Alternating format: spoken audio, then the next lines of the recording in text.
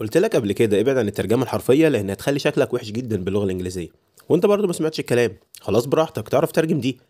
لوس ليبس سينك شيبس، هتقول لي إن الشفايف اللي هي الغير مربوطة أو الشفايف الواسعة هتغرق السفن؟ هقول لك طبعا لا. تعال شوف المعنى بتاعها الأساسي عشان تكون فاهم يعني إيه. بقول لك لوس ليبس سينك شيبس اللي هي معناها لسانك حصانك إن صنته صانك.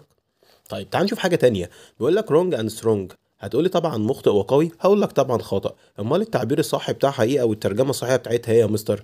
ما تيجي تقول لحد wrong and strong زي ما احنا بنقول بالبلدي او بنقول بالمصري كده، ضربني وبكى وسبقني واشتكى، فعشان كده هتقول له wrong and strong.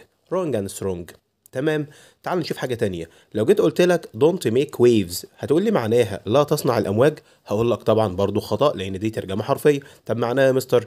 لو قلت لحد don't make waves اللي هي معناها لا تفتعل المشاكل أو لا تختلق المشاكل. عرفت بقى ان شكلك هيكون وحش جدا قدام اي حد لما تيجي تتكلم باللغه الانجليزيه وتترجم ترجمه حرفيه.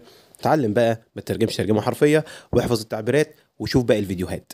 لو عجبك الفيديو وشايف ان هو مفيد وتعرف حد مهتم باللغة الانجليزية، يا ريت تعمل له شير للفيديو وتعرفه طبعا بالقناة. ولو حبيت تتعمق اكثر في اللغة الانجليزية، اكيد طبعا هيشرفني وجودك في القناة ومتابعة باقي الفيديوهات. يا رب اكون ضفت لك حاجة جديدة. كان معاكم مستر مشهور، اشوفكم في فيديو جديد، مع السلامة.